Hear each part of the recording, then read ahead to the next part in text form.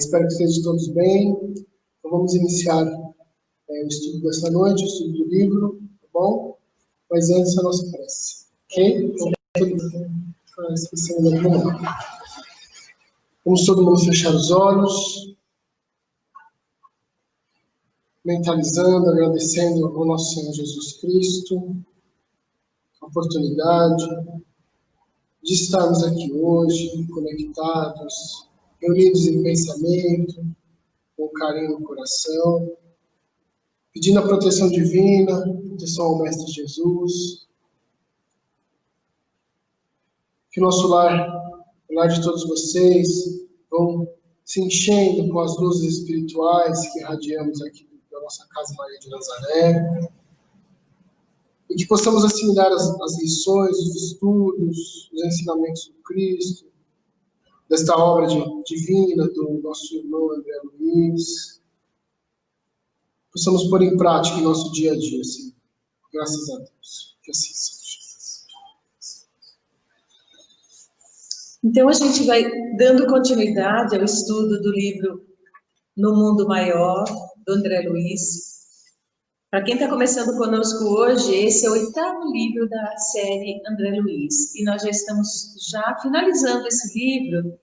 Estamos no capítulo 18 hoje. O livro termina com o capítulo 20. É um livro belíssimo que traz todo um aprendizado que o André Luiz fez com um mentor chamado Calderaro.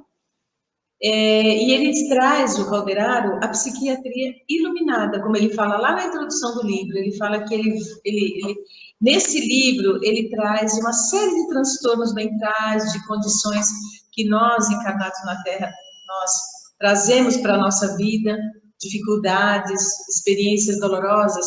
E ele, o tempo inteiro, o Calderaro, ele está trazendo esses ensinamentos da psiquiatria iluminada, quer dizer, a psiquiatria à luz da doutrina espírita, à luz da reencarnação, da lei de causa e efeito, tá bom? E nesse capítulo belíssimo, a gente vai ver especialmente os laços de família. Como é que eles são fortes, não é?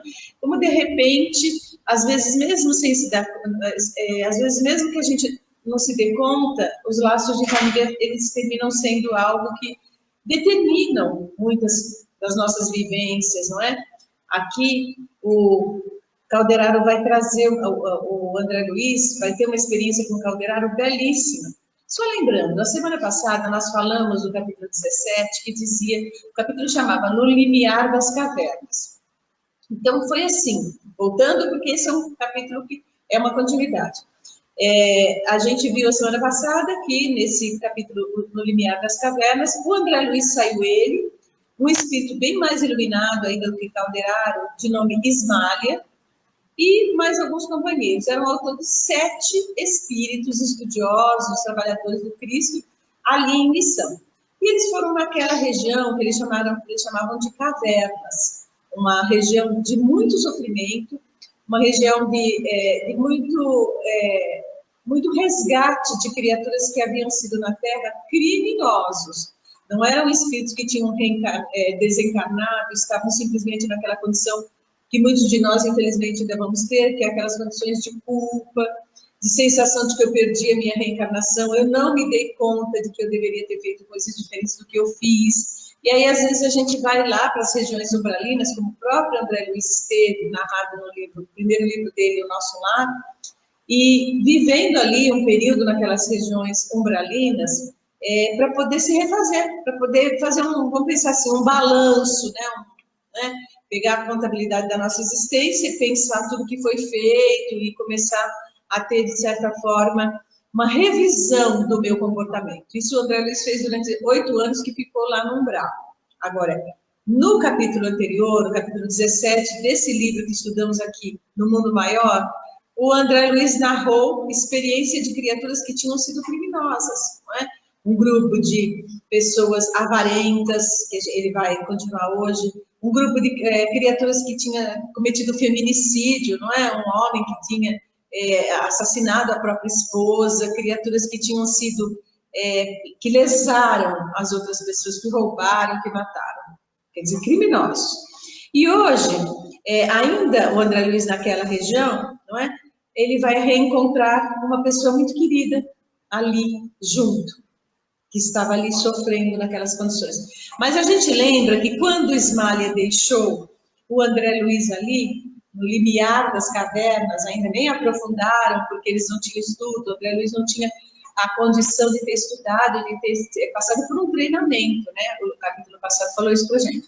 E aí, a Ismália falou, brincando, assim, meio que brincando, o espírito superior não brinca, né? Mas de alguma forma, ela falou assim, olha, André, vai ser importante você ficar aqui no limiar das cavernas. Eu acho, não é? Não quis dizer claramente para ele, eu acho que você não está aqui por um acaso, eu acho que deve ter alguma tarefa, alguma missão importante que você vai vir desempenhar aqui, tá bom?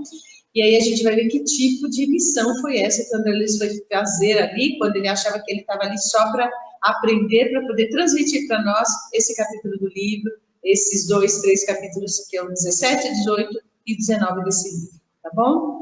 Então a gente começa aqui, já lendo aqui o nosso pequeno resumo, tá? Não havíamos atravessado grande distância, eles estavam ali, não é?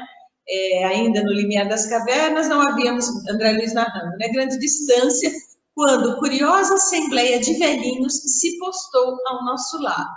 Então, assim, era um grupo de idosos, né, de pessoas mais que tinham desencarnado já uma certa idade, ficaram ali, se postaram, vinham andando e pararam ali para conversar, não é? Aquele grupo de idosos. E aí, o André Luiz narra as condições que eles se apresentavam, quer dizer, a gente sabe que quando a gente desencarna, a gente vai para o plano espiritual, né, com o nosso corpo espiritual, que é o nosso perispírito. E a gente não pode esquecer que o nosso perispírito, quando a gente desencarna, ele vai irradiar, quer dizer, ele vai se apresentar, não é, a nossa forma, né? Tanto a nossa roupa, quanto a nossa face, quanto o nosso cabelo, a forma como a gente está ali se conduzindo no plano espiritual, em corpo espiritual, é de acordo com o quê? É de acordo com a nossa mente, com a nossa condição. Quer falar um pouco dessa coisa?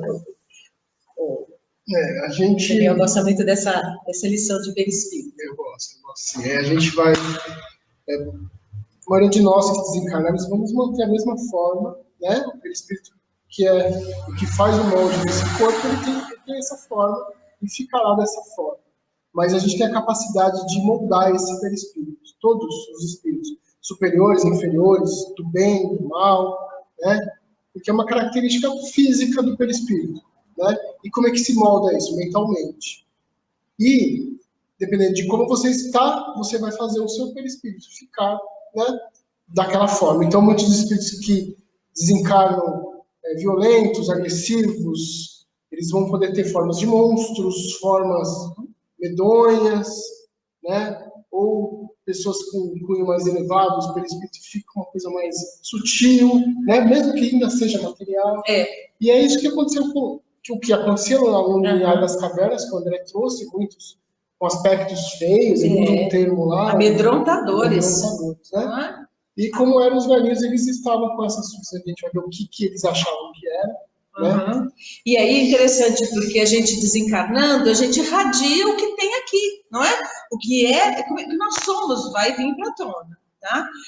Não é muito diferente, a gente tem estudado nesse livro, né, pessoal, que de repente, quando a gente está com raiva, se a gente se olhar no espelho, a gente vai ver que essa emoção da raiva, ela transforma a nossa face numa coisa agressiva, uma coisa medonha, às vezes, olha né? Que a nossa face física e já né? molda desse jeito. Imagina o perispírito. Assim como a alegria, a ternura, não é? De repente alguém, vamos pensar, que é a coisa mais linda do que o olhar de uma mãe para um bebê. Muitas vezes os fotógrafos conseguem pegar fotos belíssimas, porque aquela criatura, aquela mãe, ela se transforma num ser lindo, quase angelical, quando ela está ali amamentando, ou ela está ali olhando o seu bebê, porque irradia de dentro dela a ternura. Tá? E vindo aqui para a condição desses velhinhos, desses idosos, olha, esfarrapados, esqueléticos, traziam as mãos cheias de substância lodosa que levavam de quando em quando ao peito, ansiosos, aflitos. Então, assim, eles estavam achando, sentindo, como se aquelas, não é? aquelas mãos deles estivessem pegando não substância lodosa, como se estivesse pegando ali substâncias valiosas, como se fossem tesouros, como se fossem moedas de ouro ali, não é? De acordo com essa imagem que eu coloquei aí, eles pegavam como se estivessem pegando uma coisa valiosa, não é? E é interessante que me chamou a atenção que ele fala assim, ó, eles levavam aonde? Ao peito, né? E aí, na hora que eu estava relendo essa lição hoje cedo, para poder estar já sintonizando com esse nosso estudo, e aí eu pensei, meu Deus, como Jesus é sábio, porque ele disse numa frase dele, onde está a sua fortuna, aí se encontra o seu coração. Então, representando, assim, que a riqueza da terra, a gente coloca o coração na riqueza da terra. E esses idosos estavam pegando o que eles achavam que era riqueza e colocavam no coração, né? Coisa bem interessante. Me chamou a atenção, esqueléticos, ansiosos, aflitos, tá? Esses nossos irmãos dessas condições, tá? E aí, ele diz o seguinte, André Luiz, um deles comentou, precisamos de alguma salda. Não podemos, né, com delongas, quer dizer, a gente precisa, o jeito antigo de falar, né, a gente precisa acumular esse dinheiro, a gente não pode esperar, não podemos demorar com isso, não é? E nossos negócios, nossas casas, incalculável a riqueza que descobrimos. Então, eles têm a impressão, não é? Com aquele receio que eles estavam de perder aquela riqueza, eles estavam ali congregados nas cavernas, desencarnados, sem perceberem que estavam desencarnados, usurários, não é? E a gente sabe que nós nos congregamos uns aos outros ao desencarnar com criaturas iguais a nós, tá? Nós somos atraídos para os lugares onde tem pessoas que têm a mesma visão de mundo, o mesmo interesse, o mesmo impulso de vida. Então, é interessante a gente ficar pensando sobre isso, não é? Até porque cada um de nós, a gente já pode avaliar para onde a gente vai quando desencarnar. É só a gente pensar. Qual é a tônica do meu pensamento? O que eu mais penso? O que mais eu desejo? Eu vou para perto de pessoas que desejam e têm a tônica semelhante. Isso é interessante assim, a gente tem aqui, né, a máscara física. Então a gente engana e a gente acha que às vezes engana até a gente mesmo, né? Então, desencarnado, a gente vai ter realmente isso aflorado. O que você quer, o que você deseja. Então, muitas vezes você quer coisas, algumas pessoas querem coisas diferentes do que demônios. E aí, para lá que a gente vai. Isso que o Dani está falando é muito importante. Tem muitas pessoas que usam a carapaça, né? O arcabouço fisiológico como se fosse uma armadura mesmo, né? Então, quer dizer, eu me escondo atrás de alguma coisa, né? Ninguém está vendo. Eu passo para os outros um teatro, né? Eu faço um tipo. Eu mostro que eu sou o que eu não sou. E lá não tem teatro, cai a máscara, né? É um grande revelador, né? O desencarne, né? Desencarnar é se revelar. Então, os nossos irmãos, eles estavam assim, incalculável a riqueza que descobrimos. Então, aqui na primeira página do capítulo, ele fala que eles ficavam cochichando entre si, maliciosos, né? Desconfiados. Então, de vez em quando, eles faziam assim, menção de correr, eles estavam se sentindo perseguidos. A gente fala em psiquiatria, né? Psicologia, persecutórios, quer dizer, eles estavam com mania de perseguição, estavam achando que alguém estava ali para roubar aquilo que eles achavam que era um grande tesouro.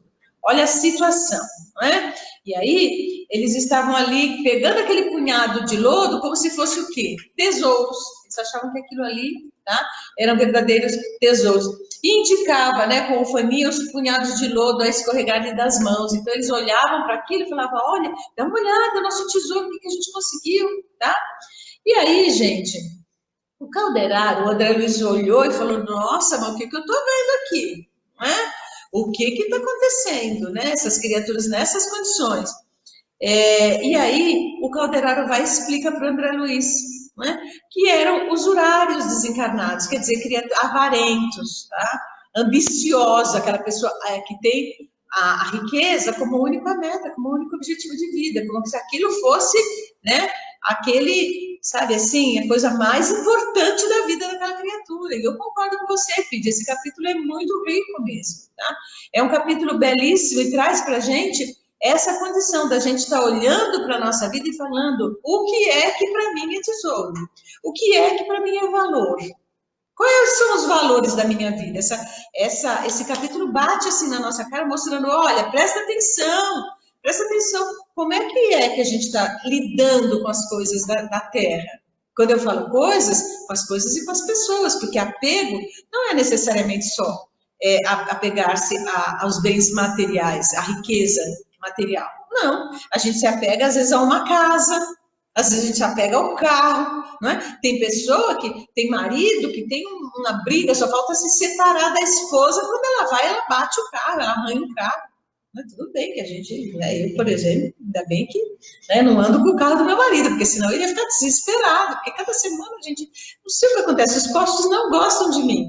Eu acho que tem algum problema de relacionamento entre eu e os postos, né? De relacionamento, Dani, preciso resolver minha pendência karmática com os postos. Mas voltando, a gente olha para isso e fala, meu Deus, mas o que mais tem valor, a esposa ou o carro? Não é? E às vezes tem esposa que solta quebrar uma pau com o marido se ele entra com o sapato sujo, agora não pode, né? Deixa a toalha Deixa a toalha na cama e molha um pouquinho o colchão. Meu Deus, parece que o mundo vai acabar. Pois, mas, meu Deus do céu, o que é mais importante, o colchão ou o marido? Presta atenção, criatura, não é? Então, assim, o chão brilhando ou a criança, não é? O filho. Então, assim, esses apegos, né, que nós temos na vida material, a gente precisa olhar para isso com outro olhar, né? Para a gente não chegar a ficar assim. E aí, o André Luiz fala, olha, eles estão desencarnados há muitos anos, desceram a tão profundo grau de apego à fortuna material, transitória, que se tornaram ineptos ao equilíbrio, quer dizer, incapazes. Eles são incapazes de manter o próprio equilíbrio, né? Na zona mental do trabalho digno. Então, eles ficaram tão apegados à matéria e a fortuna que eles ficaram ineptos até mesmo para o trabalho digno, tá? Menosprezavam direitos alheios e escarneciam das aflições dos outros. Armavam verdadeiras ciladas a companheiros incautos, do propósito de sugar-lhes as economias. Então, vampiros, tá? Não, a gente não está falando de ricos, porque cada criatura na Terra reencarna com uma missão. A pessoa que vem com a tarefa, com a missão de possuir bens terrestres, muitas vezes é uma pessoa capacitada, não é? Que vai fornecer emprego, vai aumentar o progresso, a riqueza do país onde ele está, não é? E às vezes até vai para outros, né, países, aquele trabalho daquela criatura, aquele empreendimento, até vai para outros países, cria riquezas, cria progresso, cria trabalho, educação, tá? E progresso para todas as almas que estão trabalhando no seu empreendimento. Não é desses que eu estou falando. Eu estou falando aqui, né, o André Luiz está narrando, aliás, criaturas que ficavam apegadas à matéria, à riqueza, e que eram trapaceiros, não é? Criaturas que às vezes montam empresas de fachada, tá? Começam a investir em bolsa de valores, começam a investir, se tornam investidores, agiotas, né? Nossa, agiotagem, essa coisa terrível, não é? Emprestando dinheiro a juros terríveis e extorquindo, quer dizer, vampirizando, que ele fala aqui, de sugar-lhes as economias. Então, vamos lá, os nossos irmãos agarrados à lama das cavernas, né? E aí ele fala aqui, tantos sofrimentos difundiram com as suas irrefletidas ações, que a matéria mental das vítimas, em maléficas emissões de vingança e de maldição, lhes impôs etérea couraça ao campo das ideias. Assim, atordoados, fixam-se estas nos delitos do pretérito. Então, assim, gente, tem uma frase popular que diz que o crime caminha ao lado do criminoso. Então, todas as criaturas que cometem crimes, o seu crime é o seu companheiro.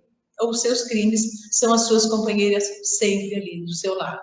Então, por quê? Porque a mente de quem foi lesado, ou foi assassinado, ou foi extorquido, ou foi roubado, ou foi furtado, não é? A mente dessas pessoas fica ali perseguindo aquele que lesou. E é o que aconteceu aqui, tá? Maléficas emissões de vingança e maldição. Quantas criaturas de posse são amaldiçoadas pelos seus subordinados? Muitas, muitas, não é? Então, a criatura monta um empreendimento, uma organização, uma empresa de tipo for, né? Ou monta um grande empreendimento agrícola, põe lá um monte de trabalhadores e é um usurário, é uma criatura absolutamente exploradora das forças dos outros. E eles são muito amaldiçoados. E estavam aqui esses nossos irmãos nessas condições terríveis, não é? Condições dolorosíssimas, tá? E ele diz aqui, não podemos predizer quando despertem, dada a situação em que se encontram. Que duro, não, Daniel? Difícil, né? Situação bem difícil. E aí vamos continuar, né? O capítulo vai esclarecer. E ele fala aqui, ó, enlouqueceram na paixão, capítulo, né, no capítulo da página 230 aqui, enlouqueceram na paixão de possuir, achando a sinistra aventura como escravos de monstros mentais, não, acabando a sinistra aventura como escravos de monstros mentais de formação indefinida. Então, uma coisa também me chamou a atenção nessa parte. Às vezes a criatura, ela se apaixona por determinada coisa, no caso dos nossos irmãos pelo dinheiro, se apaixona de uma tal forma que se torna escravo daquilo. E isso também é outra coisa muito comum. Nós nos apaixonamos e quando a criatura se apaixona, ela se torna escrava. Então é só vocês analisarem. O alcoólico, ele é escravo da bebida alcoólica. O usuário de maconha ou de outros tipos de droga são escravos daquele uso. A criatura que é um comprador compulsivo, ele é escravo das dívidas que ele faz com as compras compulsivas. A criatura que se apaixona pela pornografia, ela se torna vítima dessa pornografia e escrava da pornografia. Por que escravo? Porque aquilo passa a dominar aquela mente. A pessoa não tem mais liberdade, porque ela só pensa naquilo, ela só pensa no dinheiro, ela só pensa no sexo desregrado, ela só pensa no uso de álcool ou drogas, né? Então, assim, ela se torna escrava. E a pessoa que se apaixona demais por um outro ser humano se torna escrava daquele ser humano. Tá? É o que chamamos de dependência emocional.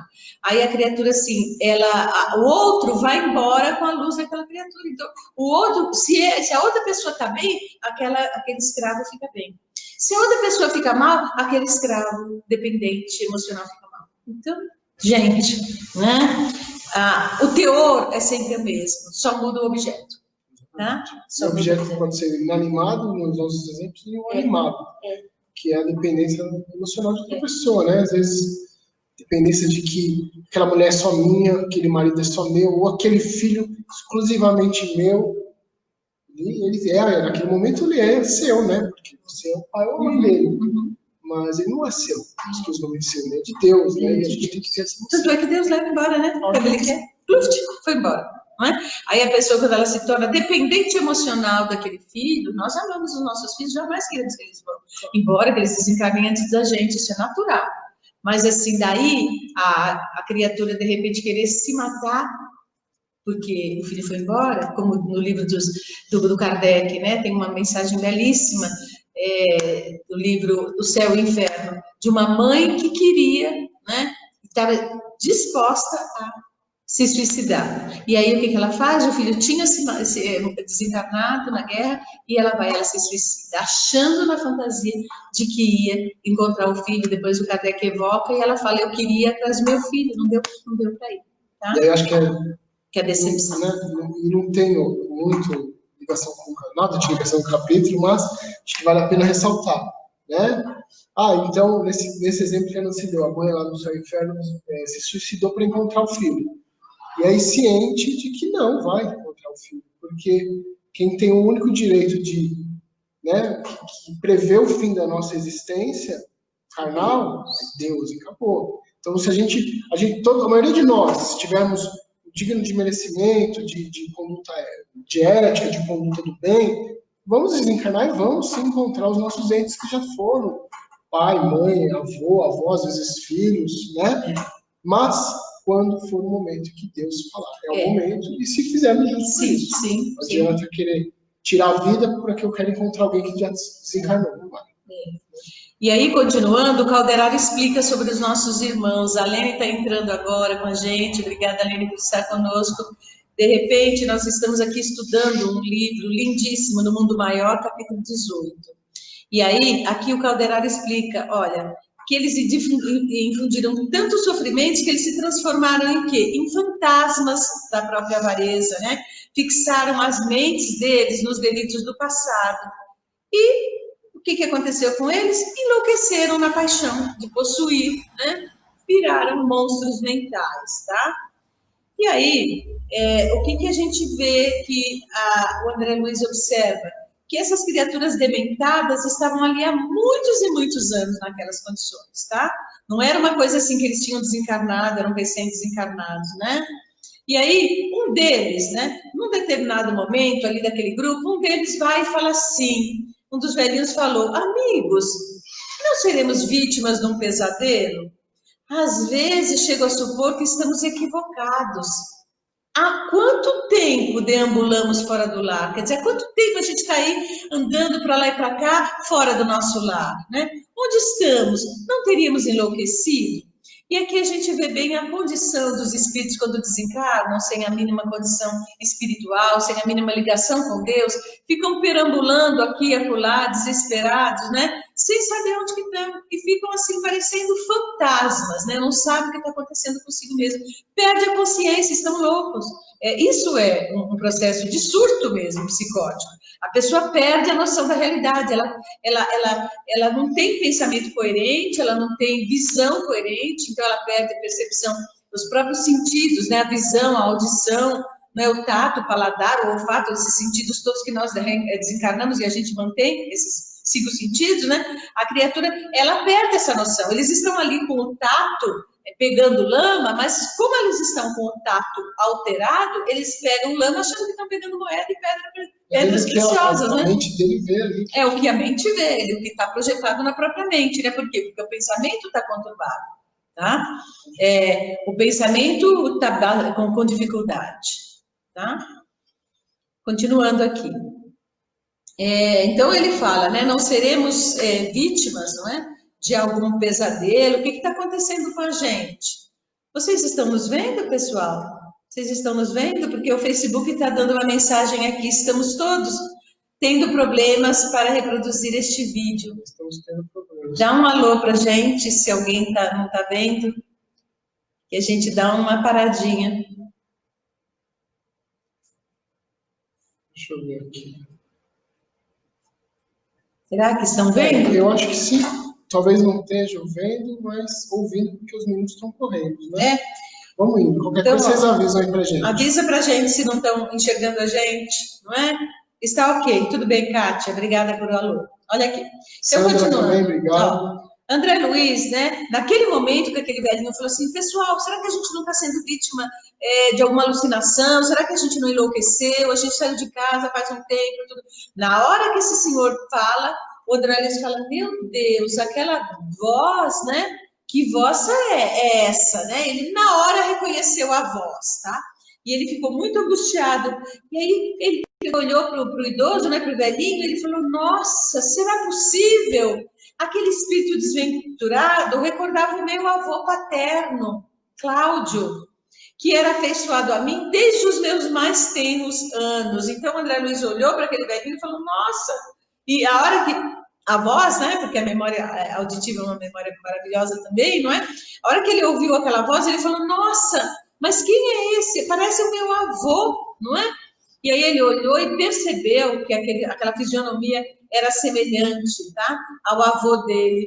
E aí, gente, ele faz uma narrativa, André Luiz, ele fala assim, não me lembrava da história dele, com particularidades especiais. Entretanto, não ignorava que fizera considerável fortuna em ágios, quer dizer, o avô era agiota, não é? Escandalosos, curtindo espinhosa velhice pelo excessivo apego ao dinheiro. Nos últimos anos do corpo, via delatores e ladrões por toda parte. Então, o André Luiz conta que o avô dele tinha sido um avô amoroso só com ele. Então, era um senhor, né, muito ríspido, muito enérgico, muito grosso com toda a família. Ninguém tinha afeição por ele, mas quando o André Luiz chegava, desde pequeno, que o André Luiz chegava perto dele, ele se derretia. Aí a gente vê a questão da afinidade, não é? Então, assim, ele já se tornava mais doce, mais amoroso na hora que o neto chegava perto dele. E o mais interessante, o André Luiz conta, né? Que ele, esse avô, sempre falava para o pai do André Luiz: olha, não é? Eu gostaria que vocês fizessem desse menino um médico. Eu gostaria que ele pudesse ir para a universidade, fazer medicina e se tornar um médico. Então, o fato do André Luiz ter se tornado um médico, no fundo, foi um desejo do avô paterno. Tá? O avô paterno dele tinha vontade que ele se fosse um médico. E aí o André Luiz narra aqui também que ele não esqueceu, não é, de quando esse avô desencarnou. Vamos ver aqui, tá? De repente, aqui no livro 231 a página. Nunca me esqueci da sua impressionante máscara cadavérica. Quer dizer, quando ele desencarnou, o André Luiz estava na escola, fazia o ensino médio, né, o colegial. E aí a família mandou chamar, né? E ele chegou em casa, porque a mãe do André Luiz estava cuidando do avô. O avô já estava maluco, não é? Bastante esclerosado, com toda a maluquice dele, que ele terminou se transformando numa pessoa neurastênica, como falava antigamente, né? Uma pessoa com uma demência senil, achando que tinha perseguidor por toda parte. Ele manteve-se assim, lá no plano espiritual, né? E aí, achando que todo mundo ia roubar ele, a mãe do André Luiz, uma santa, que mostra bem no livro Nosso Lar, mostra bem como que a mãe do André Luiz era uma mulher diferenciada, chamou esse sogro para ela cuidar. E aí esse sogro terminou desencarnando, o André Luiz foi chamado lá, e aí o André Luiz diz assim que, chegando, antigamente era assim, a criança estava lá na casa para ser velada no lar, né? Ele falou assim que nunca me esqueci de sua impressionante máscara cadavérica. As mãos recurvadas sobre o peito pareciam guardarem ansiosamente algum tesouro oculto. E nos olhos vítreos, que mãos piedosas não conseguiram cerrar. Vixe, nossa senhora, né, gente? Vamos combinar. Vamos combinar que o defunto devia ser assustador, hein? Ainda bem que não tinha lá uma criança. Quando eu já era adolescente, Daniel, porque senão a criança ia chegar, não ia dormir à noite, gente. Eu não ia dormir à noite, de jeito nenhum. Quando eu era criança, eu vi uma avó assim, lá com esses olhos, não conseguiram fechar o olho do coitado, do defunto, vagueava o pavor do ignoto, quer dizer, o rosto dele, né, dava aquela cara assim, horrorosa, de quem estava morrendo de medo do que ele não conhecia, que era o desencarne, né, a morte, né? Como se o acometessem trágicas visões no além, para onde fora arrebatado a contragosto. Quando a gente não se prepara, né? Então vamos dar uma olhadinha, quem já fez mais de 60 anos se prepara, porque vale a pena, né? Todo dia se preparar com a possibilidade de desencarnar, não é? E aí, gente, o André Luiz continua a narrativa dizendo que depois ele veio a saber, né, que esse avô, ele tinha deixado uma riqueza enorme. E o que aconteceu com a riqueza? Os parentes dissiparam em nababescas fantasias. É sempre assim, não é? Dinheiro que chega na mão da gente fácil, não sei na sua, na minha não chegou, não chega. Na minha também não, né? Mas tudo bem, vamos lá. Mas melhor que não chegue. Né? É, melhor, né? Vamos mudar de assunto, porque cada um tem a sua prova, não é? Mas assim, quando as criaturas recebem, são raras as criaturas que recebem uma herança grande, né? E que vão ficar ciosos daquela responsabilidade de administrar aquele dinheiro. Uma grande parcela das criaturas na Terra faz o quê? Vai lá e dissipa, mesmo chegou fácil na minha mão. Não é? É só a gente ver o exemplo é quem ganha na loteria, né? Na loto, sei lá como chamam as loterias hoje em dia. Mas existe estudo, gente, da psicologia social que mostra que a grande maioria das pessoas no mundo inteiro, tá? Não é só no Brasil, que recebem uma bolada muito grande, uma riqueza muito grande vinda desses jogos, não é? Passados 10 anos, a enorme maioria não vai estar mais com condição. Consegue dissipar em 10 anos, tá? Existem estudos que mostram isso. Incrível, né? Não tem preparo, tá? Tem que se preparar e tem que ser com suor, né, gente? Para tudo na vida. E aí, gente, ele fala aqui que naquele momento que ele, sabe, sentiu que o avô estava ali, né? Ele pegou e achava que podia ser o avô, e aí ele fala, foi então que um dos companheiros, quer dizer, um dos outros velhos ali, falou assim, pesadelo? Nunca, nunca, ó Cláudio, não te sensibilizes tanto. Nossa. Aí o André Luiz ficou gelado da cabeça aos pés. Você falou o nome do avô, né? E Cláudio era o nome do avô. Aí o André Luiz fala assim, a confirmação deixou André estarrecido. Quis gritar, mas não pôde. Quer dizer, ele teve aquele fluxo de gelo que dá em qualquer um de nós, quando a gente tem uma emoção muito forte, né? Leva aquele susto, né? A adrenalina bombeia no coração, o coração dispara, não é? E aí ele fala, nossa senhora, eu vi que era realmente, né? Ele fala assim, seu nome foi pronunciado, a confirmação estarrecera, me quis gritar, mas não pude, compreendendo quanto corri em meu íntimo, Calderaro veio prestativo e amparou, porque o André ficou tão desnorteado que ele estava quase desmaiando. O Calderaro foi lá e abraçou o André Luiz e falou assim, André, já sei de tudo. Lógico. Espírito superior, o mentor, viu aquela cena, viu aquilo tudo e fez a leitura, né, ali naquele perispírito, tanto do Cláudio quanto do André Luiz. No pensamento do Cláudio já veio a história e o enredo inteiro. Quando o André Luiz lembra da historinha, o Calderaro já tinha visto tudo o que tinha acontecido, né? E ele fala, André, é por isso que a Cipriana, não é? Tinha razão, dizendo que você não tinha tempo a perder, vindo aqui tinha alguma coisa para acontecer com você, tá? E aí o André Luiz continua narrando, ele fala assim, olha, André, a gente não tem tempo a perder, tá? Eu acho que antes de a gente chegar, desculpa, se fizer a sequência, eu acho que é isso. Esse é um detalhe bem importante, né? A missão do André Luiz, pelas obras que ele traz, é divulgar e mostrar para a gente o mundo espiritual. É como um repórter espiritual mesmo, né? Mas aqui mostra que essa preparação de que ele foi sendo acolhido por toda essa história, ele foi lá no limiar das cavernas, né, no baixo umbral, como chama o capítulo anterior. A Cipriana não deixou, não só pelo não preparo dele, mas sabia que ele ficaria naquele lugar por causa disso. Ele estaria a reabilitar, ajudar a reabilitar alguém, ente querido, que era o avô dele. Então isso é bem legal. A gente, vira e mexe, se a gente observar, conseguir centralizar um pouquinho no nosso dia a dia, a gente vai ver coisas que aconteceram, às vezes ontem, semana passada, mês passado, 1 ano, 2 anos, 10 anos atrás, foi um preparo do que está acontecendo hoje. E é isso, na nossa vida assim também, né? Sempre os mentores estão, os nossos anjos queridos, os mentores da nossa vida, nos levam a ter experiências assim, que vão se somando, não é? A gente às vezes quer uma coisa, não é o momento, chega um tempo, a gente se preparou e consegue, não é? Ter aquela experiência que a gente quis tanto. E o André Luiz, de repente, vai se sensibilizando com essa situação toda, mas ele fica tão emocionado, gente, que ele fica desnorteado e o Calderaro fala para ele, André, nós não temos tempo a perder. O velho, né, o seu Cláudio lá, ele está receptivo, tá? E aí o André Luiz começou a entender que provavelmente estará em erro, né, o idoso, que talvez respire a atmosfera de pesadelo cruel, ajudemo-lo, urge auxiliar-lhe a visão para que não se enxergue. Olha que coisa bonita também, tá? De repente, aqueles espíritos estavam ali, e como a gente viu no capítulo anterior, alguns tinham a capacidade de ver os mentores, mas não estavam minimamente interessados, estão com foco em outra coisa.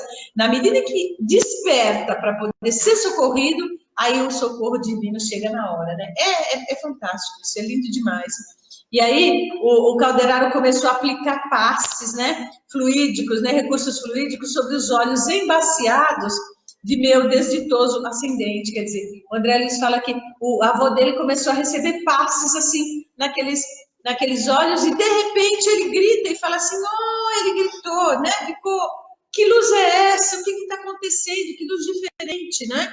E aí esfregou os olhos e falou assim, nossa, quem vocês são? De onde vocês vêm? Vocês são padres? Aí o André Luiz fala, ele deve ter pensado que a gente era padre, porque a gente estava com uma túnica branca, assim, alvinitente, né? Com luz. E aí ele viu aquilo e falou, vocês são padres de acordo com, né? A memória dele de bem, de criatura boa que estava ali para auxiliar. Tá bom? Eu acho uma coisa também interessante nessa parte, porque estava o Cláudio, esse senhor, e mais alguns outros velhinhos, não sei, acho que ele não cita quantos. Quantos não? Né? E por que será que só o Cláudio visualizou os dois, né? Os outros provavelmente não visualizou, ele também não cita, mas não visualizou, né? Não viu o André e o Calderaro. Porque o Cláudio, vai falar mais para frente, ele estava começando a se arrepender de tudo que aconteceu. Sim. Que foi o mesmo processo que aconteceu com o André Luiz. Lá que ele ficou lá os 8 anos no umbral.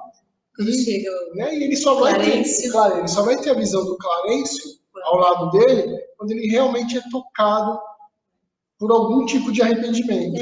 Quando ele fala, né? Quando uma luz começou a pensar, quando eu comecei a pensar que tudo isso, né, devia estar porque Deus permite tudo isso. E aí a gente pensa assim, nesse caso, nessa história, os velhinhos que estavam andando ali no desespero, todo o problema deles, nunca estavam desamparados, sempre estavam ali os mentores para tentar ajudá-los.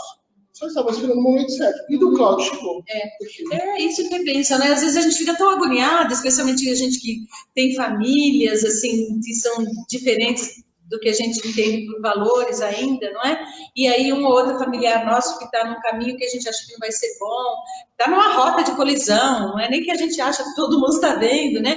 Às vezes a criatura é envolvida com droga, envolvida com problemas graves, né, espirituais, e aí às vezes a gente fica numa agonia danada, desesperada. Calma, cada um tem um tempo, não é? É lá no Eclesiastes, né? Há um tempo determinado para todas as coisas de Deus. Tempo de plantar, tempo de colher, tempo de fazer coisas boas, tempo de, não é? Ainda está fazendo coisas negativas, e é assim que funciona, não é? Deus o tempo inteiro está nos acolhendo, esperando que a gente amadureça. Não adianta a gente ir lá na bananeira e tirar uma banana bem verdinha e querer fazer com que ela amadureça, ela pode até vir a amadurecer, mas não vai ter sabor. Não é? Nós somos as frutas de Deus, as flores de Deus, que precisamos esperar um tempo uns dos outros, né? E Deus espera, aguarda o nosso tempo para nos recolher. E estava aí o Cláudio, né? E aí o André Luiz fala assim para ele, o André Luiz vai lá perto dele e fala assim, meu amigo, sois Cláudio M., antigo fazendeiro nas vizinhanças de B, quer dizer, ele não identifica o sobrenome e o lugar onde o avô viveu, mas, puxa vida, não é? Você é o fulano de tal? E aí o velhinho fala assim, em atitude de alívio, né? Sim, ele falou, sim, conheceis-me? Quem sois? Ele não estava reconhecendo André Luiz, né? Ele falou, olha, sou eu sim, quem sou? E aí, em atitude de alívio, ele, o velhinho, ajuntou com inflexão comovente. Desde muito estou preso nessa região misteriosa, repleta de perigos e de monstros, mas abundante de ouro, de muito ouro. Vossa palavra me reanima, por piedade, ajudai-me a sair, quero voltar. Então, né? Aí, de repente, depois que ele enxerga, não é? Ele começa a ter lucidez, só que lucidez média, né? Por quê? Porque ele ainda estava achando que ali estava cheio de ouro, né? E ele queria voltar para onde? Ele queria voltar para a terra, gente. Essa é a nossa questão. Quando a gente está muito apegado a uma determinada situação, mesmo que ela não seja positiva, a gente se apega achando que aquilo é o melhor para nós. Esse também é um grande ensinamento dessa lição, não é? Muitas vezes a gente acha que aquele nosso mundinho, aquele nosso empreguinho, aquela nossa vidinha é a melhor. Mas será que é a melhor? Será que a gente não pode estar conquistando coisas melhores até sair daquela situação? Porque, por incrível que pareça, o ser humano, até no sofrimento dele, se acomoda. Muitas vezes, não é? Tem ali uma situação horrorosa, mas a criatura continua apegada por simplesmente acomodação, tá? E aí é o que acontecia. O que ele queria? Ele queria voltar para onde? Para a mesma situação onde ele vivia, ficava lá, não é? Ganhando dinheiro e se viciando os outros, tá? E aí, continuando, né? Ele disse que queria voltar, e aí ele chegou a se ajoelhar, né? E ficou lá de braços estendidos, né? Eu quero voltar para os meus, né? Para os meus familiares, eu queria me sentir em casa novamente. Gente, aqui no livro, André Luiz fala que fazia mais de 40 anos que essa criatura tinha desencarnado. Mais de 40 anos.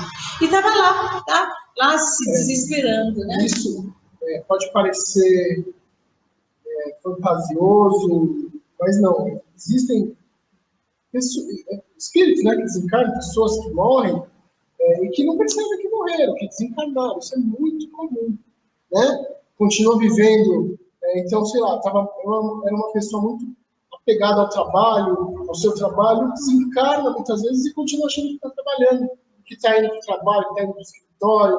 Sim, E não percebe, às vezes fica 40 anos, pessoas com mais, né, empobrecidos, né, moralmente, ficam anos, séculos. Isso, infelizmente, acontece muito. Então, e é muito comum. A Silvia pergunta quanto tempo demora, Silvia. A gente não tem uma precisão para dizer para você, não existe na doutrina espírita essa coisa assim, quantas vezes precisa reencarnar? Não tem um ticket. Às vezes eu brinco, né? A gente, quando Deus nos criou, ele não criou a gente assim, com tickets para reencarnar. Então, quando acabou o ticket, acabou. Não tem, não é? Não funciona assim. E quanto tempo a gente vai demorar para ter essa mudança planetária? Então aí, né, com o chacoalhão, e mesmo com o chacoalhão, vou dizer para vocês que tem gente que não está sentindo chacoalhão. Tem gente que está fazendo exatamente a mesma coisa que fazia em maio de 1970. Em maio de 1980. Em maio do ano 2000. Tá? 2010. Tem gente fazendo as mesmas coisas que fazia em maio do ano passado, né?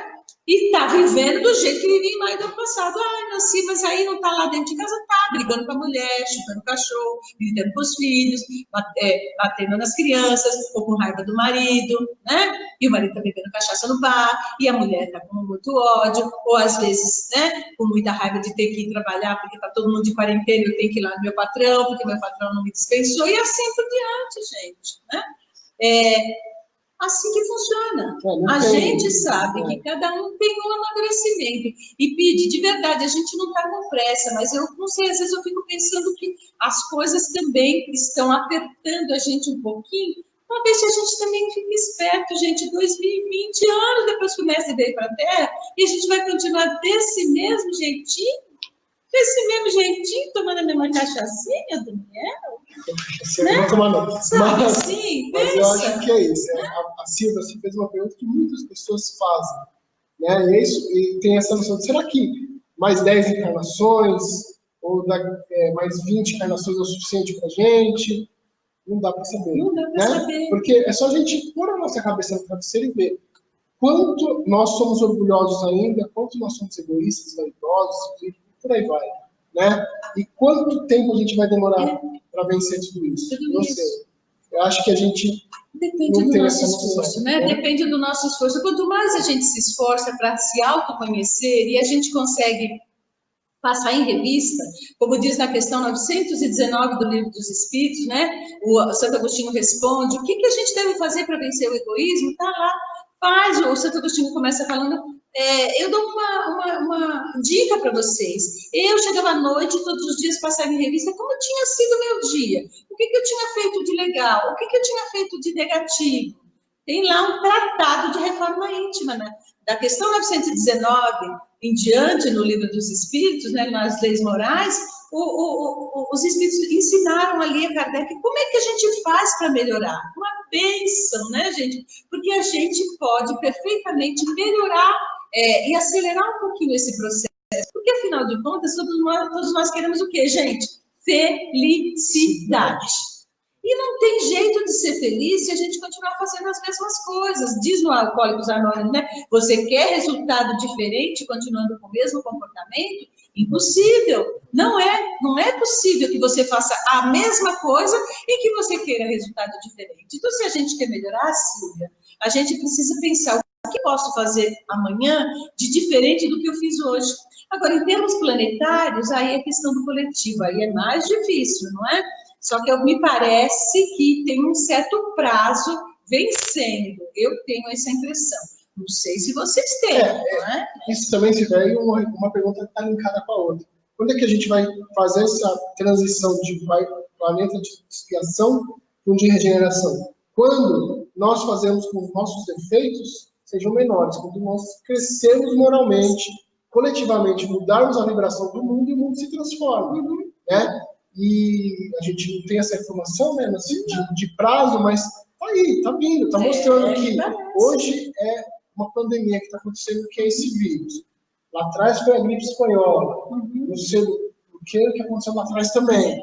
Então, são coisas que Deus vai dando uma alavancada na gente. Né? O que a Marisa falou aqui, ó, precisa ligar o turbo, né, Marisa? E esse é o momento de ligar o turbo. Isso mesmo, acho que precisa sim. A gente vai ter que dar uma aceleradinha, né? Porque senão a gente fica naquela coisa. Uma vez, gente, eu nunca esqueço que uma grande amiga minha, Batista, ela é diaconisa da Igreja Batista, ela é quase uma pastora. E aí ela chegou para mim, ela trabalhou muitos anos comigo, muito querida.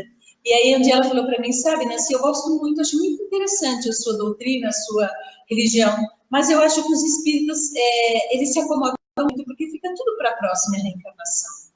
Nossa, isso bateu forte. Ela me falou isso uns 20 anos atrás, né? Ah, tá, mas então tá, então eu vou ter... Mas quantas encarnações? Criatura!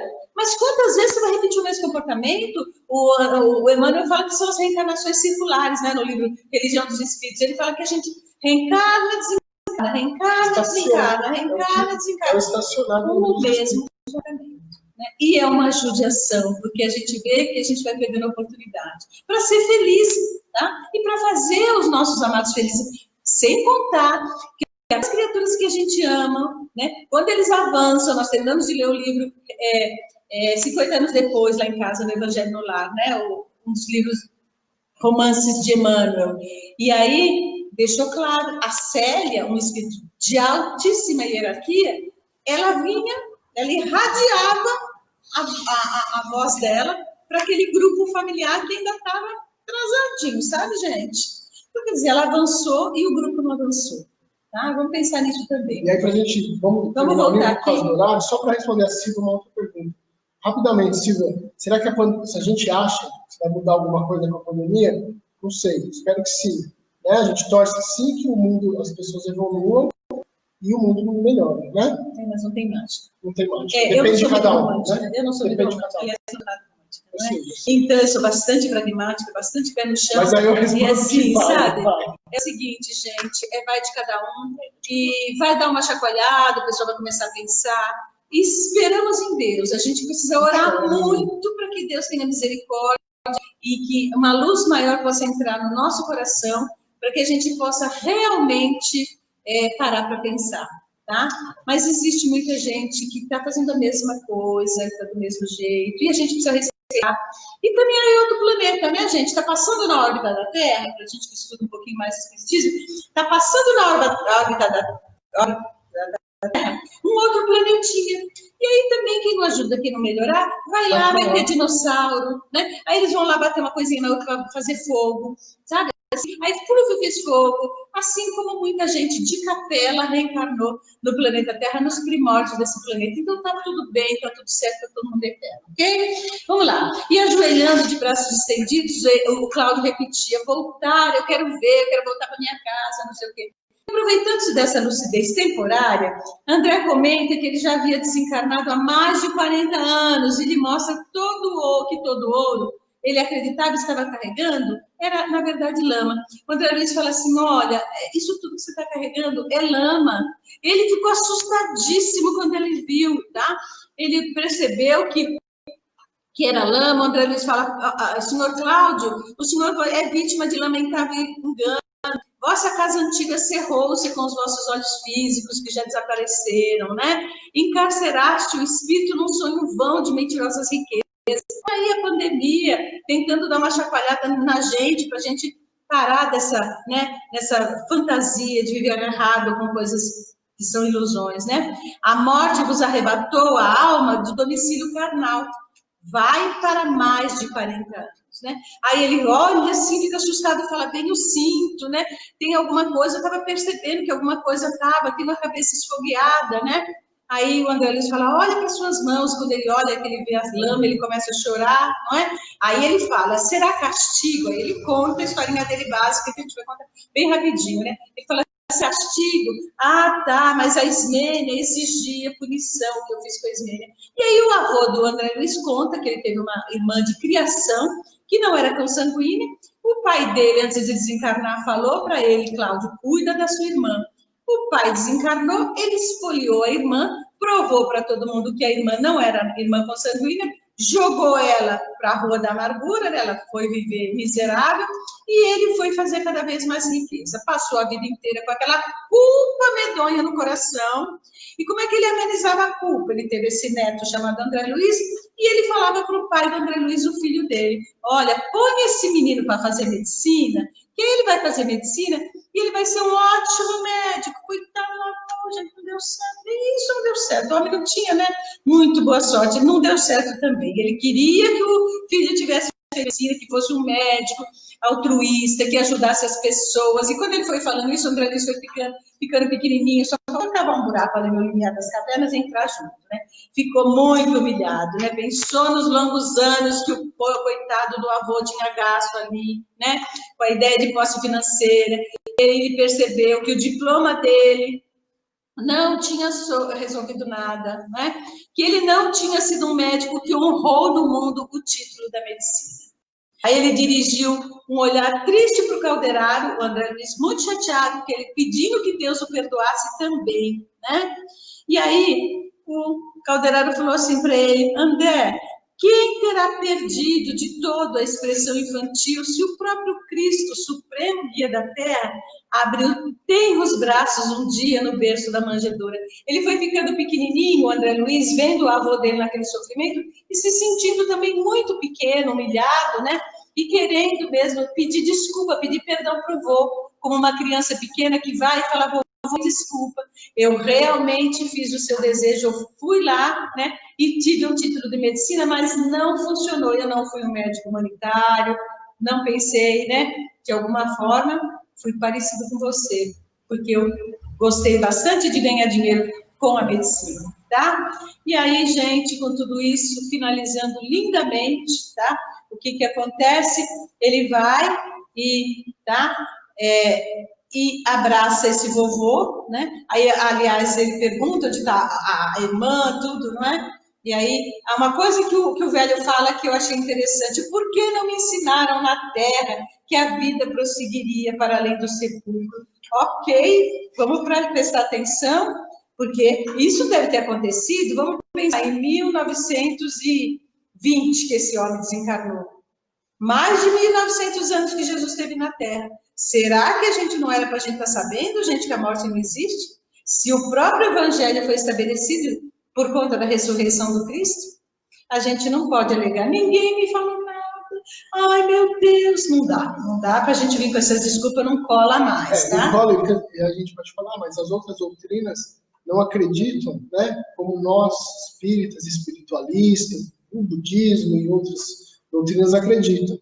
Mas acredito que continua, né? Seja que vá para o céu, vá para o inferno, segundo alguns conhecimentos, ou, né, que vai ter o juízo final, segundo outras doutrinas, mas que se acredita que vai ter alguma coisa além. Ou seja, acredita-se que depois da morte alguma coisa vai existir. Sim, então isso já é fato. Não tem como a gente falar, não é? Que ignorância os cristãos de todos esses anos de cristianismo no planeta, né? Então aí, de repente, o André Luiz, muito sensibilizado, ajoelhou-se então aos pés do ancião, beijando-lhe as mãos e perguntou, vovô Cláudio, pois o senhor não me reconhece mais? Aí, impossível, André Luiz fala, que é impossível descrever o que se passou, né? Esqueci por momentos os estudos que me impuseram a fazer, olvidei os quadros daquele ambiente que provocavam curiosidade para pavor, né? E meu espírito respirava o reconhecimento sincero e o amor puro, e enquanto as míseras entidades, os outros espíritos que estavam ali, né? Desesperada, não estava entendendo nada do que acontecia, né? Ali começaram a gritar, né? Ainda apegados à usura, à revolta, né? Umas riam, outras, né? E aí, incapazes de compreender a cena ali daquele avô abraçado aquele neto, tá? E aí o André Luiz fala, eu, amparado por Calderaro, última página do livro, gente, que também enxugava lágrimas discretas. É tão bonito a gente ver, né? Que a emoção, ela faz parte de qualquer ser humano, em qualquer grau de evolução, né? É muito bonito isso. Enxugava lágrimas discretas diante da comoção que me assaltara, sustentei meu avô nos braços como se transportara, louco de alegria, precioso fardo que me dera doce e leve ao coração. não é? Então ele levou o vovô dele embora lá para o plano espiritual para poder refazer esse tratado, né? Muito lindo esse capítulo. Quem não leu, quem só acompanhou aqui a nossa narrativa, vai lá ler, que vale muito a pena. 18º capítulo do livro No Mundo Maior. E esse 18º, então, o 19º é uma sequência do 18º.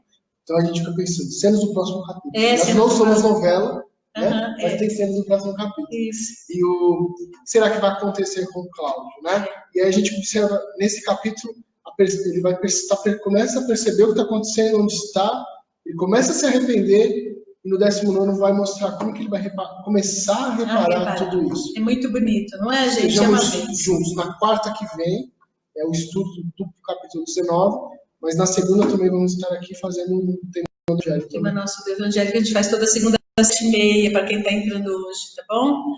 E é muito legal. Tá? Teve gente que chorou com o capítulo, né, Pete? É muito bonito. Mas a Pete também para chorar, Pete. Pete. Emoção pura, não é, menina? Você olha para ela. Saudade de todos vocês, gente. Ela quer abraçar todo mundo. Mas logo a gente vai abraçar. Isso. Todo mundo, tá bom? Então vamos fazer a nossa prece? Vamos? Então vamos fechar os nossos olhos.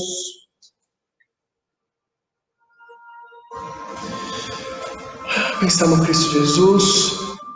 Agradecer a oportunidade de trocar as ideias, as informações em torno do Evangelho do Cristo. Agradecer imensamente a nossa doutrina querida, do nosso coração, doutrina espírita, que é o Evangelho do Cristo redivivo. Obrigado. Obrigado ao Espiritismo, obrigado ao Kardec, aos espíritos superiores, que desde aquela época veio trazendo a doutrina codificada e continua nos alimentando de informações, de esperança, de consolação e de amor. Que possamos, Senhor, fazer a nossa parte por nós, pela nossa evolução, pela nossa melhoria, por aqueles que estão ao nosso redor, nossos familiares, amigos, companheiros, companheiras, e ao nosso mundo, ao nosso planeta, que possamos facilitar essa transição para um mundo melhor. Sejamos instrumentos do trabalho de Jesus Cristo, governador deste planeta Terra. Ilumina os nossos lares, Senhor, que possa trazer para cada um de nós, a nossa casa, o nosso apartamento, o nosso cantinho, a harmonia da cura, a paz, que vem de Maria Santíssima, a mãe espiritual de todos nós, aquela que deu a oportunidade da encarnação ao Cristo Jesus e que, como uma mãe espiritual, continua abençoando a encarnação de cada um de nós. Obrigado, Maria Santíssima. Fique conosco sempre, nos auxiliando, nos amparando, nas nossas dificuldades, nas nossas limitações. E permita que possamos encerrar nosso estudo, a nossa reflexão de hoje, nossa cura de hoje, rogando a Ti proteção sempre. Ave Maria, cheia de graça, o Senhor é convosco. Bendita sois vós entre as mulheres, e bendito é o fruto do vosso ventre. Nasceu Jesus. Santa Maria, Mãe de Jesus, rogai por nós, espíritos ainda tão pequenos, mas possuidores de uma vontade de melhora, agora e sempre. Que assim seja, graças a Deus. Todos tenham uma boa noite. Que o Cristo abençoe vocês. Amém.